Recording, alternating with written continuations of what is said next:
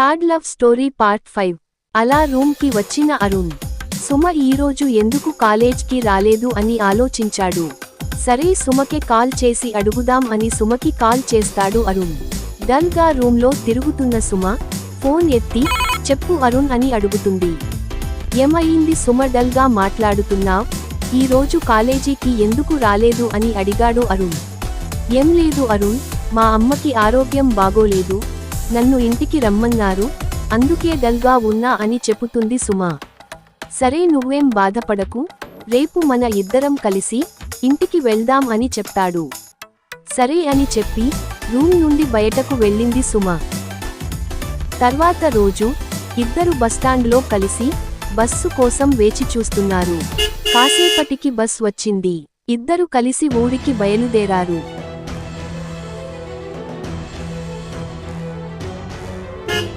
చాలాసేపు ప్రయాణం తర్వాత ఇద్దరు వాళ్ళ ఊరికి వచ్చారు. వచ్చిన వెంటనే ఎవరి ఇంటికి వాళ్ళు వెళ్ళిపోయారు.